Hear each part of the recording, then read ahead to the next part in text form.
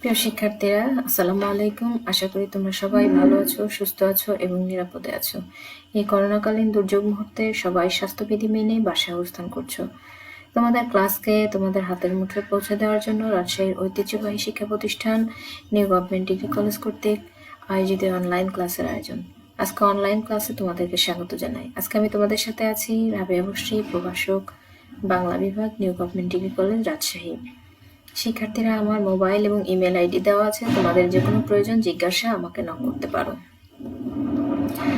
আজকে অনার্স চতুর্থ বর্ষে বাংলা কবিতা ৩ নিয়ে আলোচনা করব। পাঠ শিরোনামে দেখো, বন্দি শিবির থেকে শামসুর রহমান। তো প্রিয় শিক্ষার্থীরা, শিখন ফল দেখি আমরা। এই পাঠ শেষে তোমরা কি জানতে পারবে? কবি পরিচিতি বলতে পারবে, মুক্তিযুদ্ধকালীন বাংলাদেশের জীবন্ত পরিস্থিতি ব্যাখ্যা করতে পারবে, মুক্তিযুদ্ধে বিভিন্ন শ্রেণীর মানুষের আত্মত্যাগ ব্যাখ্যা করতে পারবে। তার সহ আমরা একটু কবি পরিচিতি নিয়ে আলোচনা করি। কোনো লেখক, সাহিত্যিক বা কবি জানার তাদের শিল্পকর্ম জানার আগে অবশ্যই আমাদেরকে তার সম্পর্কে জানতে হবে। তো আমরা একটু কবি শামসুর রহমান নিয়ে আলোচনা করি। তিনি 1929 সালের 24শে অক্টোবর জন্মগ্রহণ করেন। তার পিতার নাম হচ্ছে মোখলেসুর রহমান, মা আমেনা বেগম এবং স্ত্রী জোহরা রহমান। তিনি লেখাপড়া করেছেন ঢাকা বিশ্ববিদ্যালয় থেকে ইংরেজি সাহিত্যে, কিন্তু তিনি পড়াশোনা শেষ করেননি। তিনি মূলত আধুনিক কবি ও নাগরিক কবি। উল্লেখযোগ্য কাব্য হচ্ছে প্রথম গান, দ্বিতীয় মৃত্যুর আগে, রৌদ্রকরটিতে, বিধ্বস্ত নীলিমা, বন্দি শিবির থেকে, বাংলাদেশ স্বপ্ন দেখে, উদ্ভট, উটের পিঠে চলেছে স্বদেশ ইত্যাদি। মৃত্যুর আগ পর্যন্ত তার মোটামুটি 65টি কাব্যগ্রন্থ প্রকাশিত হয়। পদক পুরস্কার দেখো, আদমজী পুরস্কার, বাংলা একাডেমি পুরস্কার, 21শে পদক, স্বাধীনতা পুরস্কার। তার বৈশিষ্ট্য হচ্ছে তিনি রোমান্টিকতার সঙ্গে সমাজ মনস্কতার সংমিশ্রণ ঘটিয়ে নতুন কাব্যধারার জন্ম দিয়েছেন। তো আজকে আমরা তার বন্দি শিবির থেকে কাব্যগ্রন্থটি নিয়ে আলোচনা করব। তো প্রিয় শিক্ষার্থীরা, এই কাব্যগ্রন্থটি প্রকাশিত হয় 1972 সালে জানুয়ারি মাসে কলকাতা থেকে। তো বুঝতেই পারছো, এই বন্দি শিবির থেকে কাব্যগ্রন্থটির নাম শুনেই কিন্তু বোঝা যায় যে কবি কিন্তু অবরুদ্ধ অবস্থায় আছেন বা বন্দি অবস্থায় আছেন। সেই সমকালীন প্রেক্ষাপটে বা সেই সময়ে কিন্তু এই কাব্যগ্রন্থটি রচিত হয়েছে। 1971 সালের এপ্রিল থেকে ডিসেম্বর, এই সময়ের মাঝামাঝি সময়ে, মানে এই সময়কালে কিন্তু বন্দি শিবির থেকে কাব্যগ্রন্থটি রচিত হয়। তো এই কাব্যগ্রন্থ রচনার একটু প্রেক্ষাপট নিয়ে আমরা আলোচনা করি। কবি শামসুর রহমান 25শে মার্চের পরে বা 25শে মার্চের রাত্রির ভয়াবহতার পরে তিনি গ্রামে চলে যান। গ্রামে চলে যাওয়ার পর যখন তিনি ফিরে আসেন, তার শহরে ফিরে আসেন, অর্থাৎ ঢাকা শহরে ফিরে আসেন, তখন ঢাকা শহরের অবস্থা ছিল বিধ্বস্ত। তিনি বিষণ্ণতা এবং তিনি অবসাদগ্রস্ততা এবং নিজেকে একটি বন্দি পরিবেশে আবিষ্কার করেন এবং তিনি ভাবতে থাকেন যে মানে সিদ্ধান্তহীনতায় ভুগতে থাকেন যে কি করা যায়। হঠাৎ তার মনে পড়ে যে 1971 সালে মার্চ মাসের প্রথম সপ্তাহে তিনি একটি পত্রিকার একটি ছবি দেখেছিলেন। সেই ছবিতে তিনি দেখেছিলেন যে একজন গুলিবিদ্ধ মানুষ তার রক্ত দিয়ে দেয়ালে স্বাধীনতার জন্য স্লোগান লিখছে, অর্থাৎ স্বাধীনতার অবিনাশী স্লোগান তার রক্তে লিখছে। তো এইটা ফট করে তার মাথায় আসার পর তিনি বুঝতে পারলেন বা তিনি অনুভব করলেন যে সে যদি এই বোবা দেয়ালে স্বাধীনতার জন্য তার নিজের রক্তকে দিয়ে লেখা উৎকীর্ণ করতে পারে, তবে কেন নয়, আমি কেন তবে দেশের জন্য কিছু লিখব না বা স্বাধীনতার জন্য কিছু লিখব না। এই তাড়না তিনি অনুভব করেন। এই তাড়না থেকেই কিন্তু এই বন্দি শিবির কাব্যটি লিখিত হয় এবং এই কাব্যের 38টি কবিতা কিন্তু এই সময়কালেই রচিত হয়। 1971 সালে এপ্রিল থেকে ডিসেম্বরে এই সময়কালে কিন্তু এই 38টি কবিতা রচিত হয়। মূলত এটা বন্দি শিবির কাব্যগ্রন্থের রচনার প্রেক্ষাপট। তো প্রিয় শিক্ষার্থীরা, আমরা একটু অতি সংক্ষিপ্ত প্রশ্ন নিয়ে আলোচনা করি। বন্দি শিবির কাব্যগ্রন্থটি কখন, কোথা থেকে প্রকাশিত হয়? বন্দি শিবির কাব্যগ্রন্থটি 1972 সালে কলকাতা থেকে, জানুয়ারি মাসে কলকাতা থেকে প্রকাশিত হয়। বন্দি শিবির কাব্যগ্রন্থটির প্রথম কবিতা কি? তোমরা জানো যে এখানে মোটামুটি 38টি কবিতা রয়েছে। এর প্রথম কবিতা হচ্ছে তোমাকে পাওয়ার জন্য হে স্বাধীনতা। রক্তাক্ত প্রান্তরে কবিতাটি কার স্মৃতি স্মরণে লেখা? বন্দি শিবির কাব্যগ্রন্থটির এই কবিতাগুলো কিন্তু বিভিন্ন বিষয়, বিভিন্ন আঙ্গিকে বা বিভিন্ন বিষয় নিয়ে কবি আলোচনা করেছেন। এর মধ্যে একটি অন্যতম কবিতা হচ্ছে রক্তাক্ত প্রান্তরে। এটি আমাদের বিখ্যাত বুদ্ধিজীবী মনির চৌধুরীর স্মরণে লেখা রক্তাক্ত প্রান্তরে কবিতাটি। আমরা এবার শিক্ষার্থীরা আমরা বিষয়বস্তু নিয়ে আলোচনা করব। বন্দী শিবির কাব্যের বিষয়বস্তু নিয়ে আলোচনা করব। কাব্যগ্রন্থটি মোট 38টি কবিতা রয়েছে। কবিতার বিষয়গুলো বিশ্লেষণ করলে কয়েকটি বিষয় দেখা যায়, যেমন 25শে মার্চের হত্যাযজ্ঞ, মুক্তিযুদ্ধকালীন বাংলাদেশের বীভৎস রূপ, স্বাধীনতাকে পাওয়ার উন্মাদনা, মুক্তিযুদ্ধে বিভিন্ন শ্রেণীর মানুষের আত্মত্যাগ। অর্থাৎ 38টি কবিতায় কবি সমগ্র বাংলাদেশের যে একটি জীবন্ত প্রতিচ্ছবি, সেই বিষয়টা কিন্তু উঠে এসেছে। 25শে মার্চে রাতের ভয়াবহ যে হত্যাযজ্ঞ, সেই হত্যাযজ্ঞ উঠে এসেছে যে তখন বাংলাদেশের অবস্থা কিরকম ছিল, বিশেষ করে ঢাকার অবস্থা। সেই সময়ে পাক হানাদার বাহিনীর এবং পাক বাহিনীর প্রধান টার্গেটই ছিল যে বিশ্ববিদ্যালয়ের ছাত্র, বুদ্ধিজীবী, অধ্যাপক, সাংবাদিক এদেরকে নির্বিচারে হত্যা করা হয় 25শে মার্চের হত্যাযজ্ঞে। কবির প্রত্যেকটি কবিতায়, প্রায় কবিতায় এদের স্মৃতিচারণ করেছেন এবং তাদের যে আত্মত্যাগ, সেই বিষয়গুলো কিন্তু উঠে এসেছে। তার মনে হয় যে তার কবি এমন বলছেন যে আমার কবিতার ফাঁকে ফাঁকে লাশ শুয়ে আছে। অর্থাৎ কবিতাগুলো প্রত্যেকটাই কিন্তু মুক্তিযুদ্ধে যে আমাদের বীর সেনানী বলো বা আমাদের যে বুদ্ধিজীবী এবং সর্বশ্রেণীর মানুষের যে আত্মত্যাগ, সেই আত্মত্যাগগুলো কিন্তু ফুটে উঠেছে। মুক্তিযুদ্ধকালীন বাংলাদেশের বীভৎস রূপ, এই বীভৎস রূপগুলো কিন্তু কবির কবিতায় জীবন্তভাবে এসেছে। তার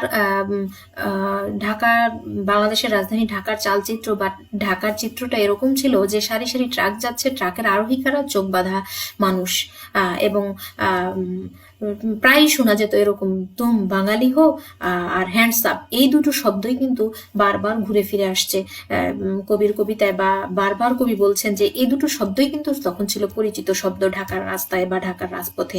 এবং দেখা গেছে যে এই মানে স্বাধীনতাকে পাওয়ার জন্য বা স্বাধীনতাকে আকাঙ্ক্ষা, স্বাধীনতা প্রাপ্তির যে আকাঙ্ক্ষা, সেই বিষয়গুলো কিন্তু কবির কবিতায় উঠে এসেছে। বাংলাদেশ স্বাধীন করার জন্য স্বাধীনতা শব্দটা যে কত আকাঙ্ক্ষিত বিষয় বা স্বাধীনতা অর্জনটা কত লোভনীয় বিষয়, কিন্তু তার পেছনে একটি রক্তাক্ত ইতিহাস, একটা পিচ্ছিল রক্তময় পথ অতিক্রম করে আসতে হয়েছে। সেই বীভৎস রূপগুলো কিন্তু কবির কবিতায় এসেছে। স্বাধীনতাকে পাওয়ার উন্মাদনা, স্বাধীনতাকে পাওয়ার জন্য যে উন্মাদনা, সর্বশ্রেণীর মানুষের, যে বিধবার যে স্বাধীনতার যুদ্ধে তার স্বামীকে হারিয়েছে, যে কিশোরী বোন তার ভাইকে হারিয়েছে, যে প্রেয়সী তার প্রেমিককে হারিয়েছে, যে বাবা তার সন্তানকে হারিয়েছে, সবাই কিন্তু উদাস চোখে তাকিয়ে আছে এক বৃদ্ধ দাওয়ায় দাঁড়িয়ে নড়বড়ে, অথবা এক বিধবা দগ্ধ ঘরের নড়বড়ে খুঁটি ধরে দাঁড়িয়ে আছে শুধু স্বাধীনতার আকাঙ্ক্ষায়, স্বাধীনতাকে পাওয়ার জন্য। মুক্তিযুদ্ধে আরেকটি বিষয় হচ্ছে মুক্তিযুদ্ধে বিভিন্ন শ্রেণীর মানুষের আত্মত্যাগ। এই আত্মত্যাগের বিষয়টা কি, আমরা তোমাকে পাওয়ার জন্য হে স্বাধীনতা, এই কবিতা আমরা দেখতে পাই যে বিধবা সকিনা বিবির কপাল ভাঙলো, তারপরে শীতির সিঁদুর মুছে গেল হরিদাসীর। যেমন কবি বলছেন, তোমাকে পাওয়ার জন্য হে স্বাধীনতা কবিতায় তুমি আসবে বলে হে স্বাধীনতা, সকিনা বিবির কপাল ভাঙলো, শীতির সিঁদুর মুছে গেল হরিদাসীর। তুমি আসবে বলে হে স্বাধীনতা, শহরের বুকে জলপাই রঙের ট্যাঙ্ক এলো দানবের মতো চিৎকার করতে করতে। অর্থাৎ স্বাধীনতাকে পাওয়ার জন্য কেউ ভাই হারিয়েছে, কেউ বাবা, কেউ স্বামী, এইভাবে সর্বশ্রেণীর মানুষের, কোনো নারী হারিয়েছে তার সম্ভ্রম। সর্বশ্রেণীর মানুষের আত্মত্যাগের বিনিময়ে কিন্তু অর্জিত হয়েছে আমাদের এই স্বাধীনতা। তো প্রিয় শিক্ষার্থীরা, আমরা একটু সংক্ষিপ্ত প্রশ্নে আসি। শামসুর রহমান তার স্বাধীনতা তুমি কবিতায় স্বাধীনতার সাথে যেসবের উপমা দিয়েছেন তা উল্লেখ করো। তো স্বাধীনতা তুমি কবিতায় স্বাধীনতা শব্দটা আমাদের কাছে কত আকাঙ্ক্ষিত বিষয়। যেমন বলো ভালোবাসা, এই শব্দটাও কিন্তু আকাঙ্ক্ষিত বিষয়। কিন্তু দেখো, প্রত্যেকটা আকাঙ্ক্ষিত বিষয় বা প্রত্যেকটা যে চাওয়া পাওয়া মানুষের, এই চাওয়া পাওয়ার পেছনে থাকে একটি দীর্ঘ ইতিহাস। আমাদের এই স্বাধীনতা শব্দটা কিভাবে আমাদের হলো বা কিভাবে আমরা স্বাধীনতা অর্জন করলাম, তো এই স্বাধীনতা পাওয়ার জন্য যে আমাদেরকে কত পিচ্ছিল পথ আমাদেরকে পাড়ি দিতে হয়েছে, কবির এই বিষয়গুলো কিন্তু এই কবিতার কাব্যে উঠে এসেছে। বা স্বাধীনতাকে কিভাবে আমরা আকাঙ্ক্ষিত বিষয়, স্বাধীনতাকে কিভাবে আমরা চাই, সেই বিষয়গুলো স্বাধীনতা তুমি কবিতায় উঠে এসেছে। কবি কি বলছেন, স্বাধীনতাকে তিনি রবি ঠাকুরের অজর কবিতার সাথে তুলনা করছেন। আবার তিনি বলছেন স্বাধীনতা তুমি রবি ঠাকুরের অজর কবিতা, অবিনাশী গান।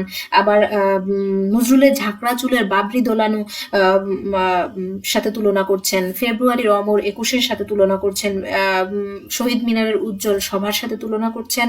সেই সাথে তিনি রোদেলা দুপুরে মধ্য পুকুরে গ্রাম্য মেয়ের অবাধ সাঁতারের সাথে তুলনা করছেন।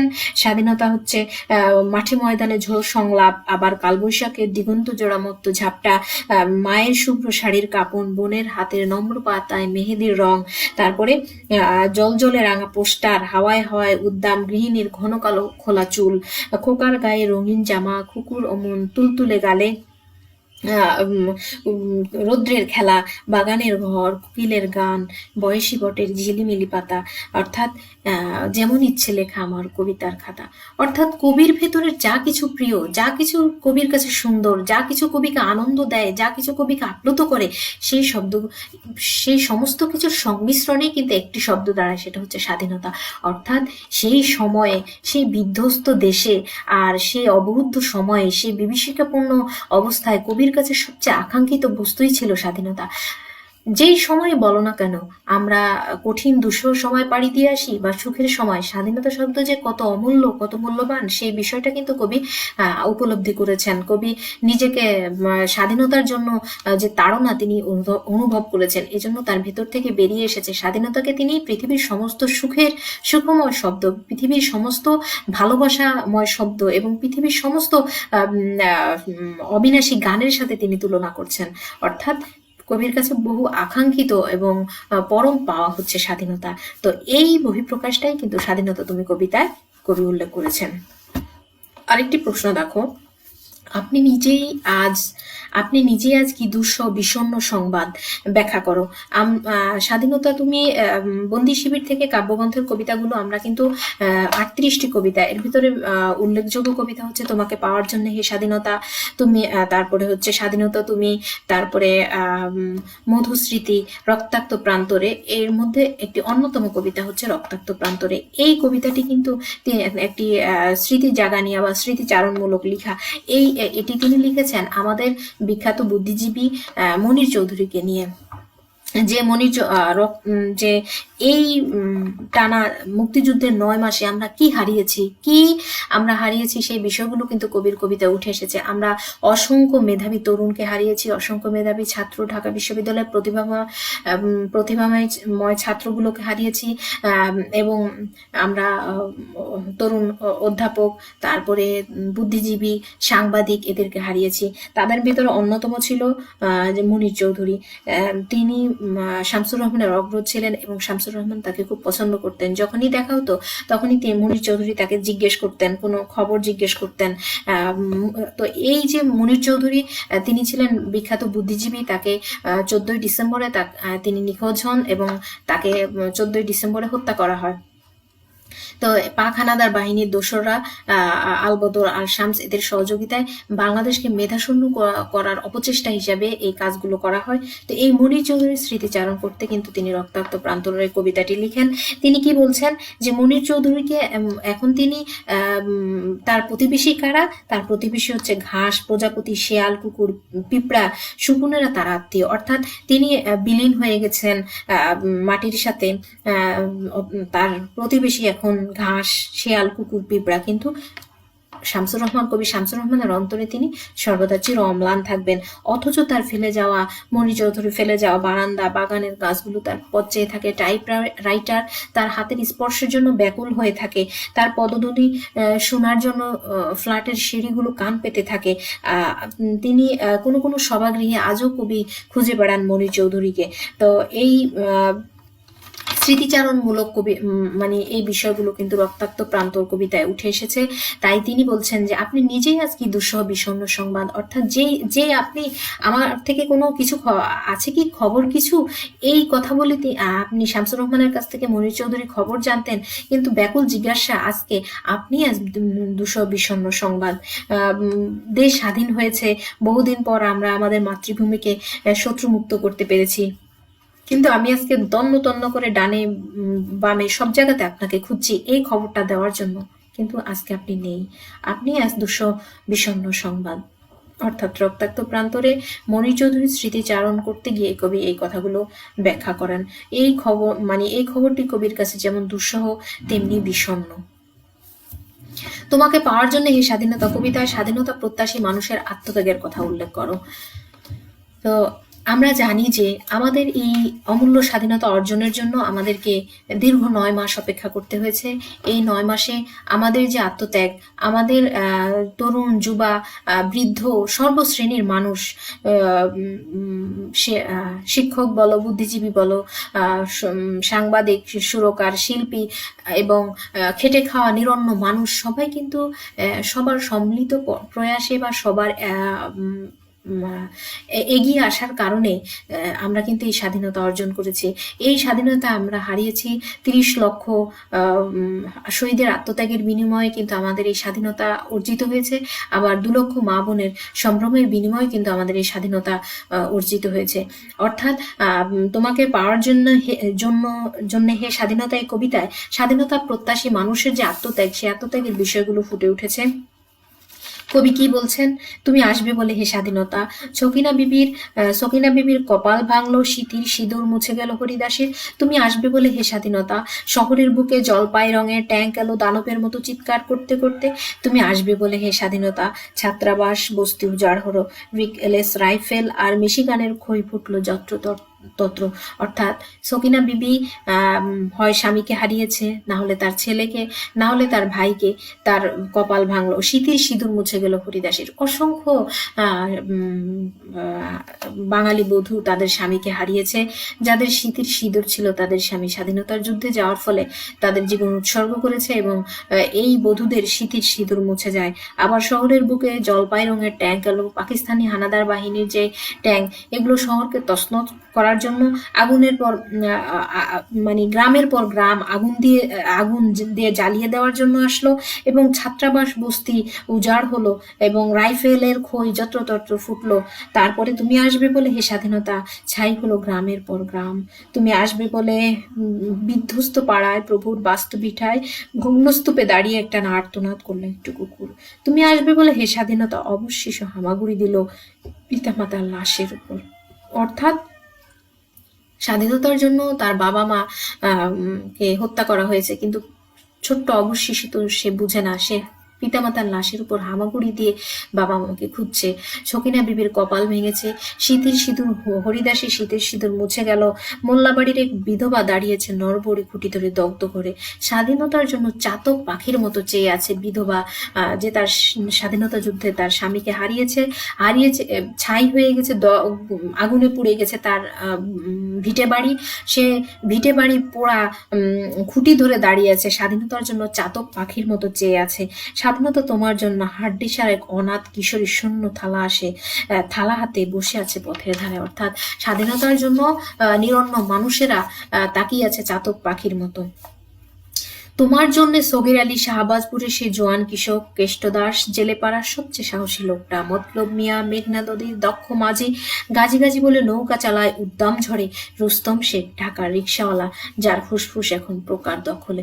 অর্থাৎ স্বাধীনতাকে পাওয়ার জন্য সর্বশ্রেণীর মানুষের, জেলে মাঝি ধর্ম বর্ণ নির্বিশেষে সকল মানুষের যে আত্মত্যাগ, সেই আত্মত্যাগগুলো কিন্তু তোমাকে পাওয়ার জন্য এই স্বাধীনতা কবিতায় ফুটে উঠেছে। কবির যে রাইফেল হাতে বনে জঙ্গলে ঘুরে বেড়ানো সেই তেজি তরুণ, অর্থাৎ কবি স্বাধীনতাকে পাওয়ার জন্য, স্বাধীনতাকে কবি নিজেদেরকে মাঝে ফিরিয়ে আনার জন্য সর্বশ্রেণীর মানুষের আত্মত্যাগের বিষয়টা কিন্তু স্বাধীনতা তুমি কবিতায়, তোমাকে পাওয়ার জন্য এই স্বাধীনতা কবিতায় ফুটে উঠেছে। তো তো প্রিয় শিক্ষার্থীরা, আমরা একটু রচনামূলক প্রশ্ন নিয়ে আলোচনা করি। বন্দি শিবির থেকে কাব্য অবলম্বনে শামসুর রহমানের কবি মানুষ আলোচনা করো। তো এই বন্দি শিবির থেকে কাব্যের যে 38টি কবিতা, সেই কবিতায় কিন্তু স্বাধীনতা যুদ্ধের সময় যে বিভৎস অবস্থা বা গ্রাম বাংলার বলো সমগ্র বাংলাদেশের যে একটি জীবন্ত প্রতিচ্ছবি, সেই বিষয়গুলো কিন্তু উঠে এসেছে। সেই সাথে উঠে এসেছে স্বাধীনতাকে পাওয়ার জন্য সর্বশ্রেণীর মানুষের আত্মত্যাগ, সাথে সাথে নারীদের আত্মত্যাগ, সবার কিন্তু সম্মিলিত প্রচেষ্টায় যে আমাদের এই স্বাধীনতা, সেই স্বাধীনতার বিষয়গুলো ফুটে উঠেছে। এই স্বাধীনতাকে পাওয়ার জন্য যে আমরা হারিয়েছি আমাদের সূর্য সন্তানদের, সেই বিষয়ে স্মৃতিচারণ করেছেন কবি মনির। রক্তাক্ত প্রান্তরে এসেছে মনির চৌধুরীর কথা, এসেছে মধুদার কথা, যিনি ছিলেন কবি সেই সময়ে স্বাধীনতার মুক্তিযুদ্ধকালীন সময়ে 52 থেকে 71 পর্যন্ত প্রত্যেকটি আন্দোলনে এই মধুদার ক্যান্টিনে কিন্তু বিপ্লবী ছাত্ররা কিন্তু আলাপ আলোচনা করত। মধুদা ছিলেন তাদের সর্বসময়ের সঙ্গী। সেই মধুদাকেও কিন্তু ছাড়েনি। সব আক্রোশ গিয়ে মধুদার উপরে পড়েছে, তার দোকানগুলোকে উড়িয়ে দেওয়া হয়েছে, তাকে হত্যা করা হয়েছে। অর্থাৎ স্বাধীনতাকে পাওয়ার জন্য সর্বশ্রেণীর মানুষের আত্মত্যাগের বিষয়টা কিন্তু বন্দি শিবির কাব্যগ্রন্থে এসেছে। কবি কি বলছেন যে আমাদের মনির চৌধুরীর কথা বলতে গিয়ে কবি স্মৃতিকাতর হয়ে পড়ছেন। কবি বলছেন, বলুন মনির ভাই, আপনি কি শেয়ালের, কুকুরের, ঘাসের, পিঁপড়ের, শকুনের, আপনি কি ক্রূর ঘাতকের? অর্থাৎ এই মেধাবী সূর্য সন্তান বুদ্ধিজীবীদের হত্যা করা হয়েছে রায়ের বাজার বদ্ধভূমিতে, তার অনুষঙ্গ কিন্তু এই রক্তাক্ত প্রান্তর কবিতায় এসেছে। কবি এখানে মনির চৌধুরীকে বলছেন যে আপনি কি আমাদের এই সূর্য সন্তান, দেশের সূর্য সন্তান আজকে তাদের কাছে বিলীন হয়ে গেল। আবার 1971 সালের মাঝামাঝি সময় যে ঢাকার রাস্তার যে অবস্থা বা ঢাকার রাস্তার যে চিত্রগুলো, সেই চিত্র কিন্তু বন্দি শিবির থেকে কাব্যগ্রন্থে ফুটে উঠেছে।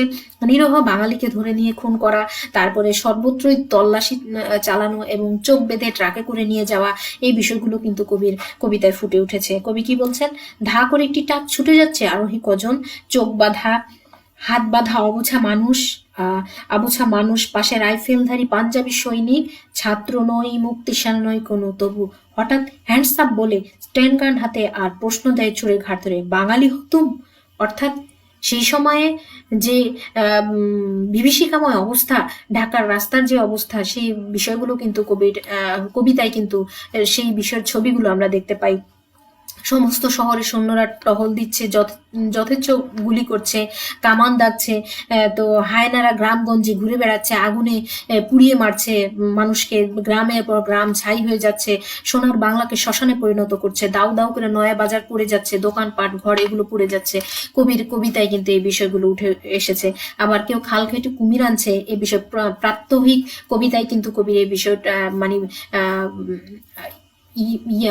প্রাত্যহিক কবিতায় কিন্তু রাজাকারদের মুখোশটা কিন্তু কবি তুলে ধরেছেন। তিনি বলছেন, পাড়ায় খাল কেটে কুমির আনছে কেউ, রাত হলে এমনকি দিন দুপুরে কেবলই দৌরাত্ম্য বাড়ে রাজাকার।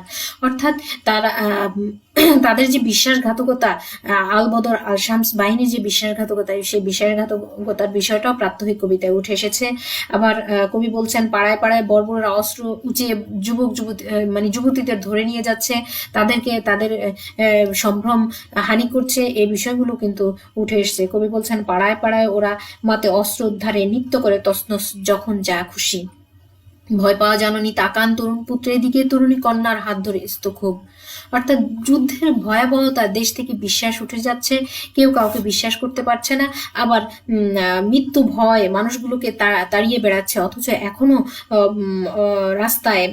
রাস্তাঘাটে সবাইকে মনে হচ্ছে প্রচ্ছন্ন ঘাতক। অর্থাৎ মৃত্যু ভয়ে ভীত মানুষগুলো যাকেই দেখছে তাকেই মনে হচ্ছে তাদের ঘাতক।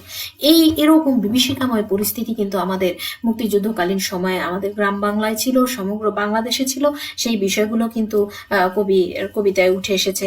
কবি কি বলছেন, বাঙালিরা যা কিছু অর্জন, যা কিছু প্রিয়, সবকিছুই কিন্তু সব বর্বরেরা বিধ্বস্ত করছে, হত্যা করছে। এর উচ্চারণ তিনি করেছেন মধুস্মৃতি কবিতায়। তিনি বলছেন, আমাদের প্রিয় যা কিছু সবই তো ওরা হত্যা করে, একে একে শহীদ মিনার অপবিত্র করে, ভাঙে মর্টারের গায়ে, এমনকি বিপ্লবী ছাত্র সাংবাদিকদের প্রিয় মধুতাকে ওরা হত্যা করে।